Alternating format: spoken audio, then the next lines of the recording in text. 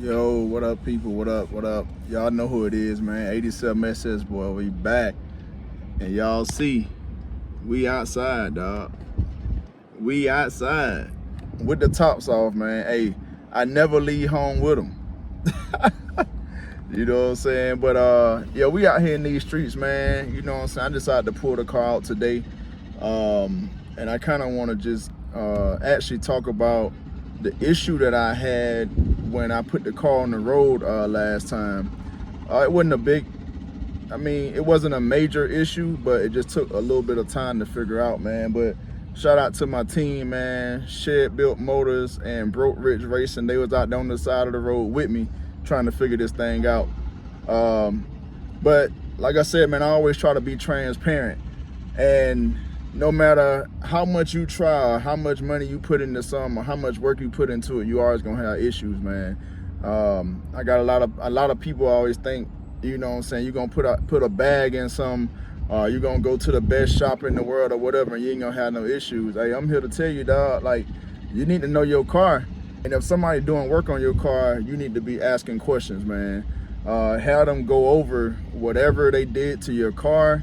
Had them go over it and show you everything, man. Because you know, it was a little speed bump for me when I had the issue on the way to the show. I didn't know exactly what one of my relays was or where it was going to, so I literally on the side of the road had to pretty much break down my whole dash. Car Films got it on video. I wasn't in no recording mood at the time, man. I was trying to get my ass off the side of the road and get to the destination, you know what I'm saying? And I think I told y'all, I don't know if I said it or not, but after I did the suspension and the brakes and everything, I got the alignment, I rode around all week. This was my daily, all week long before that hour and 45-minute drive, so that I could make sure that everything was A1. I didn't have any issues all week, riding around back and forth. I drove it to work, I drove it to pick my kids up, I drove it to drop my kids off, all that, right? And then on the way to the spot, man, I had an issue. We was probably about maybe 30 minutes out, and I had an issue, man. I hit a bump, right? So it is because the weight of what I had in the car. So it was not only just me. So it was me and my two sons. They both, you know, the size of a small adult or average adult, pretty like that. So had a little more weight. My springs had settled more, so the car's a little bit lower. So what happened was I hit a bump.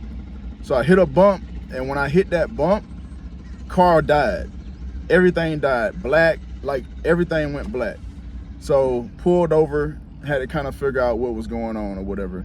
But if my car was sitting stock height, it wouldn't have hit like it did. But like I said, I had the car lowered, so I hit that bump, and my tire on the passenger side hit the inner fender well.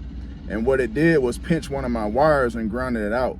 So I'm gonna kind of show y'all, you know, what the issue was and how we fixed it on the side of the road. I had most of the tools that I needed. Well, I pretty much had every tool that I needed, you know what I'm saying, in my little emergency bag or whatever. The only thing that I didn't have was some butt connectors, which I didn't really, I could have got away without the butt connectors, but hey, I had somebody that had butt connectors, so we went on ahead and patched it up on the side of the road, man. Like I said, shout out to them boys, man. Shed Built Motors, Broke Rich Racing. They got me off of the side of the road, and we kept on going.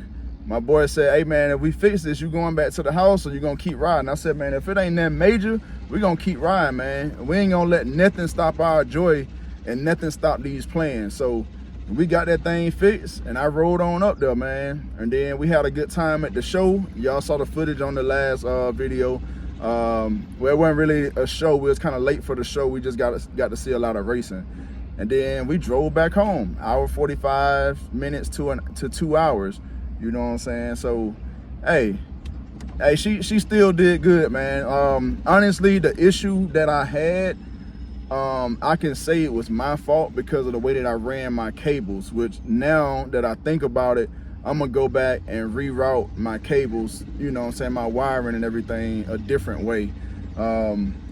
I'm trying not to ramble too much and talk too much, but look, we had like 5 minutes already. Y'all probably already done skipped through it. But anyway, we're gonna get into the video, man. And I'm gonna show y'all kind of the issue that I had, and give you a little review on the new suspension and brake system. So yeah, y'all stay tuned, man. Don't forget to like, share, subscribe, hit that notification bell so you know when I'm dropping these videos, man. Hey, we coming. We're gonna keep posting videos every chance we get. All right, so first we're gonna get into the suspension, man.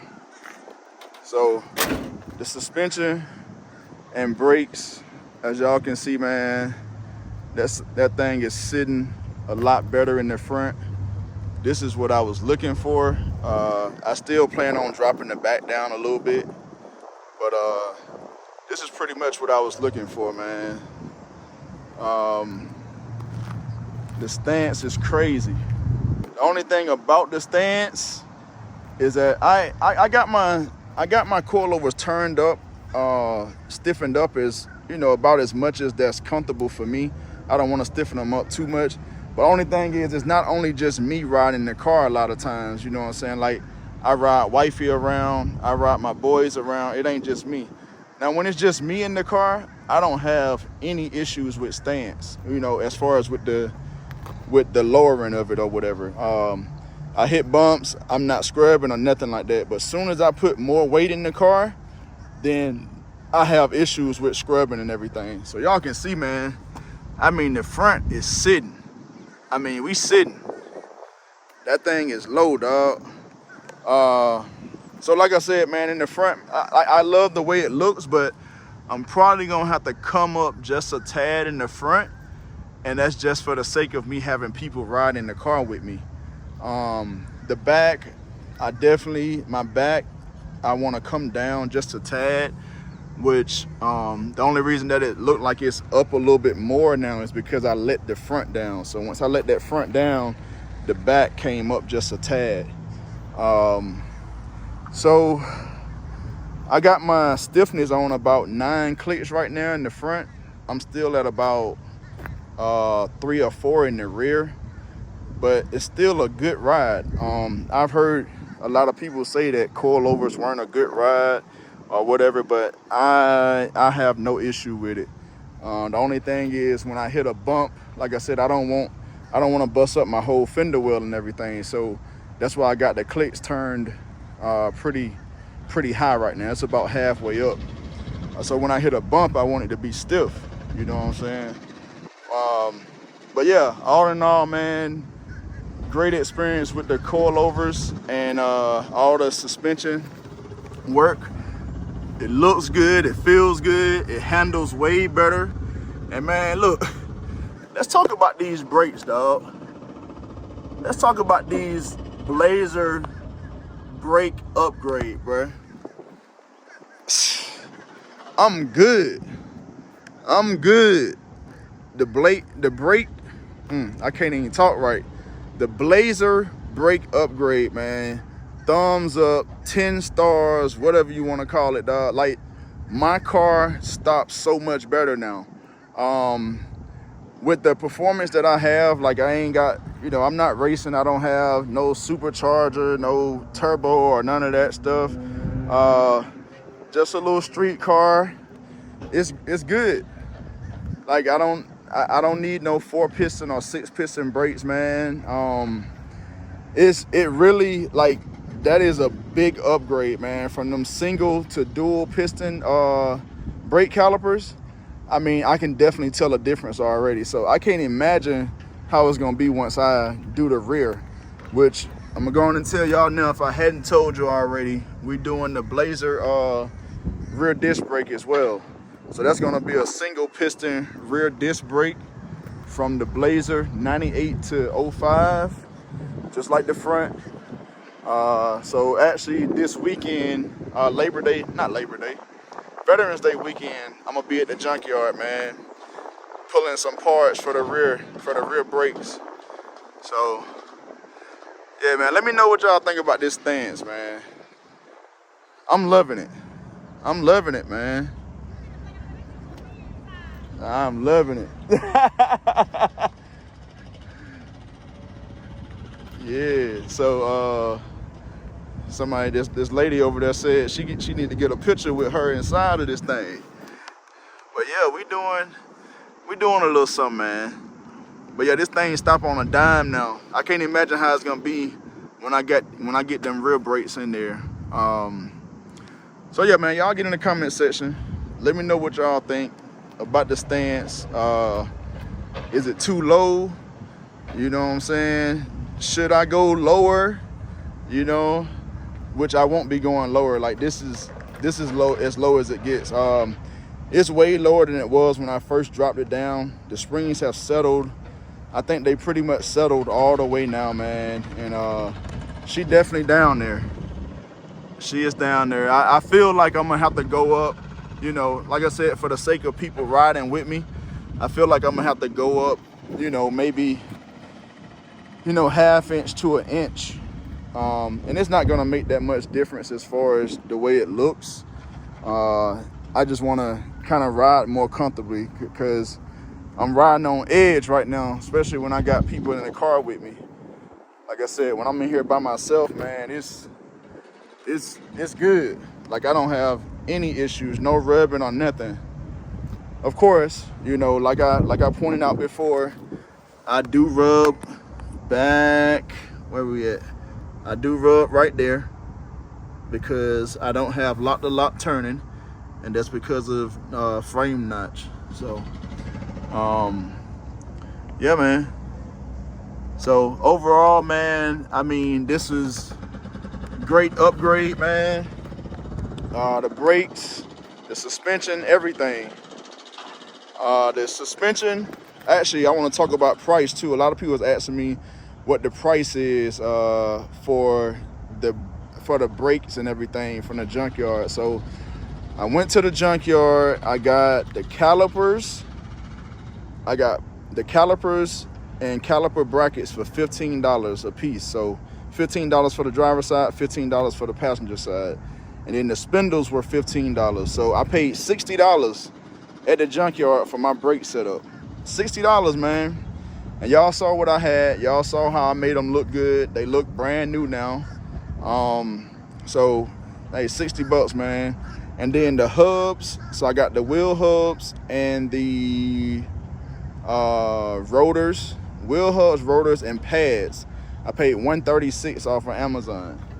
So hopefully when I go get the back from the junkyard, I will pay about the same. I'm looking to pay about $60 for both sides.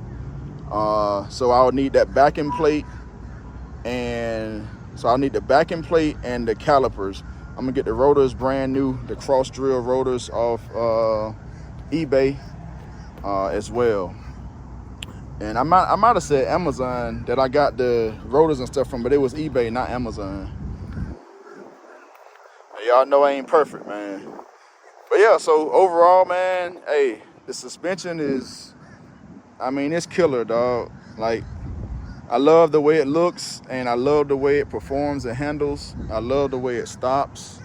I mean, I stop on a dime. It ain't nothing like those other brakes, which I thought was okay until I did this, and then I'm like, dang, like, that's a big difference. So yeah, man, you know, just a little breakdown of the suspension and everything. But now to the bad. So as y'all can see, my dash ain't even hooked all the way back up. Like, we got the car back together and got it on the road and kept riding.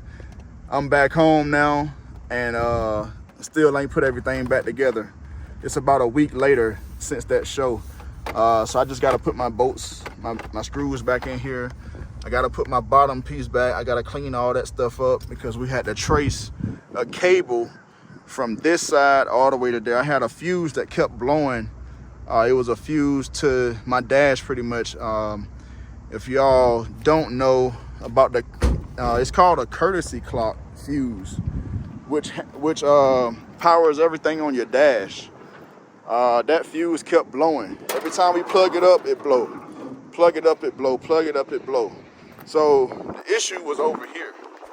So with me trying to hide my wires and everything with the Holley EFI system, right?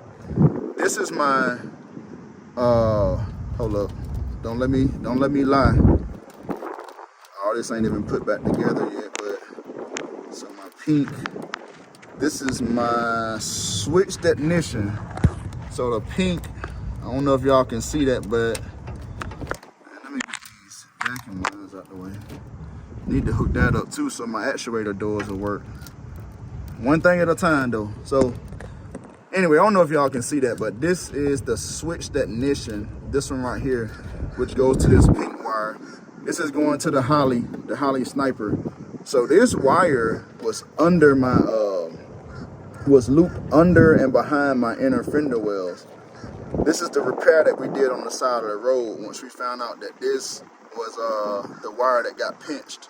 So what happened was I hit a bump, my tire hit the inner fender well, which in turn pushed this inner fender well up into the fender, and it pinched this wire. This wire was coming from like right here, coming from up under there. So it pinched that wire and grounded it out. Once it grounded it out, it blew the fuse. I kept putting new fuses in there, it kept blowing them. So we had to trace it and figure out where it was getting grounded at. And we traced it all the way across the dash, all the way up into here, all the way up in here. We did that all on the side of the road, man. Like I said, we had 3-4 cars stopped, and we figured it out right there, man.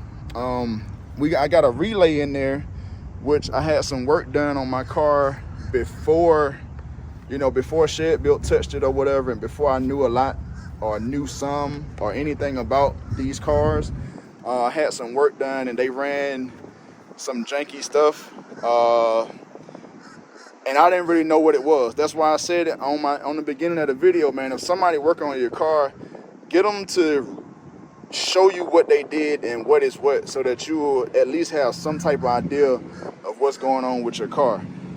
Because in that moment, man, I'm on the side of the road, like, I didn't know what was going on. I didn't know what that relay was for. I didn't know what the connection going to the relay, the other relay was for, because it was one wire that was tapped in.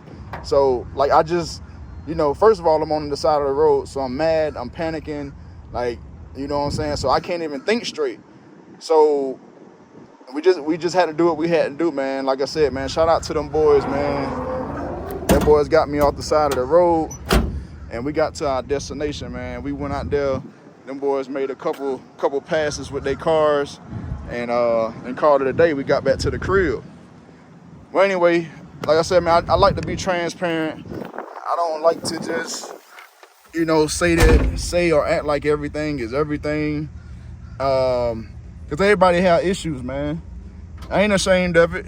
You know what I'm saying? I do some work myself. I do a lot of work myself, and we all make mistakes. So that's how you learn, man. And it's definitely a learning process. So now that I know this, during the winter when there ain't nothing going on, I'm gonna be rerouting some cables and stuff, man. Make sure everything is safe and I don't have this issue again. You gotta learn from your mistakes, man. It's all right to make them, you just gotta learn from them and change what you're doing, man. But anyway, I'm back, man. Hey, hopefully y'all enjoyed the video. You know what I'm saying? I just wanted to get back at y'all and give y'all an update on the suspension, how I'm liking it or how I'm not liking it, which I love it. You know what I'm saying? I love it. Like, I've listened to a lot of things, from people, oh, this is this and this is that, oh, coilovers are trash or whatever. I like the coilovers, you know what I'm saying? But maybe that's just me. Different strokes for different folks, you know what I'm saying? My car rides decent to me. Like, I like the way it rides. It don't ride rough or anything like that. Like I said, I do have my coilovers tight, stiffened up, because I have it low. So when I hit a bump, I don't want the wheels to just bust bust the fender wells or whatever. So I do have mine stiffened up some, but it's still not a rough ride. So if that was, your deciding factor on some coilovers or whatever, man, hey, if I can help you with my opinion, then, you know what I'm saying, you roll with it. You know what I'm saying? If you don't like a stiff ride, or you don't like coilovers, or you want to save a little money and just do springs, then, hey, do you, man. But as for me, the coilovers were good.